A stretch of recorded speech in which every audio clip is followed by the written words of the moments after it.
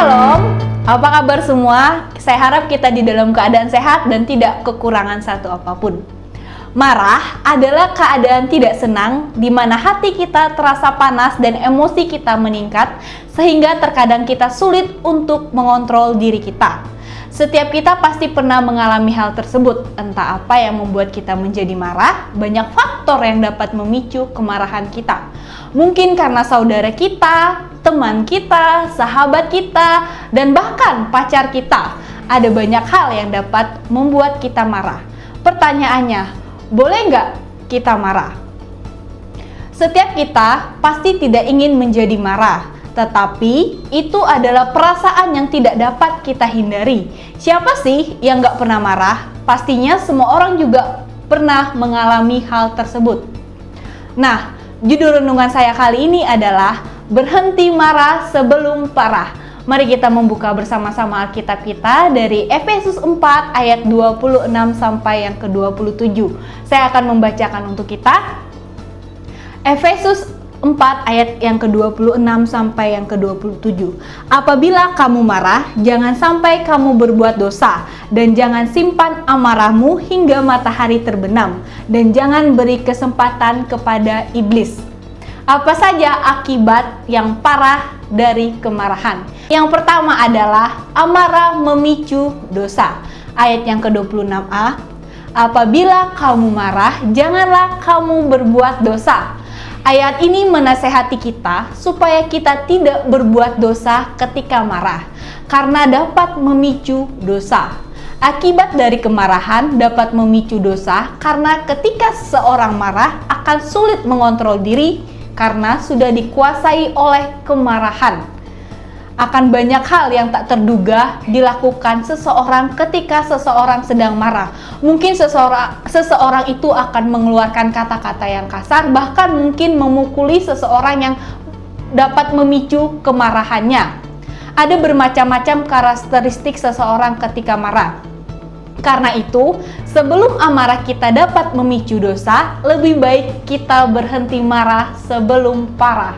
Yang kedua, apa yang dapat memicu kemarahan kita? Amarah bisa terpendam lama. Di ayat yang ke-26b.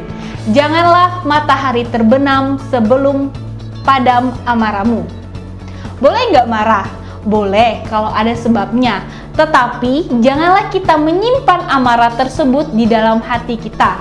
Saat kita marah, pastinya rasanya sangat tidak enak, seperti ada sesuatu yang mengganjal di dalam hati kita yang akhirnya membuat kita tidak nyaman.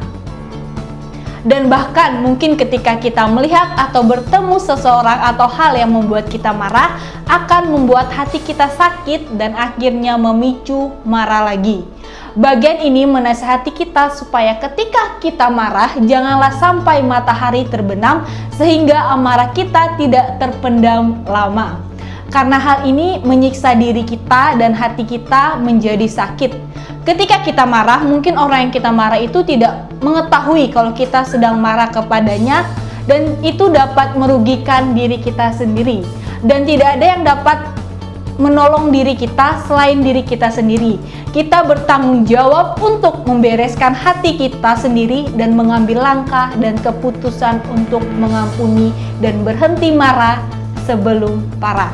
Dan yang ketiga, amarah membuka peluang iblis bekerja. Di ayat yang ke-27, dan janganlah memberi kesempatan kepada iblis. Tidak semua kesalahan yang kita buat disebabkan oleh iblis, tetapi ada hal yang kita buat menjadi celah si iblis untuk bekerja. Saat kita marah, kita sulit untuk mengendalikan segala sesuatunya. Emosi menguasai diri kita dan akhirnya si iblis melihat ada celah untuk bekerja, untuk mencelakakan dan merusak hidup kita. Jangan sampai kita membuka peluang untuk iblis merusak hidup kita. Oleh karena itu, kita harus berhenti marah sebelum parah agar si iblis tidak memiliki peluang untuk merusak hidup kita. Mari kita sebagai anak-anak Allah hidup di dalam Kristus, hidup saling mengasihi satu dengan yang lain seperti Bapa kita yang telah terlebih dahulu mengasihi kita, anak-anaknya. Marah adalah perasaan atau kondisi yang tidak dapat kita hindari, tetapi kita harus berhenti marah sebelum parah agar tidak memicu dosa, tidak terpendam dan membuka peluang untuk si iblis merusak hidup kita. Demikian renungan saya, terima kasih dan shalom.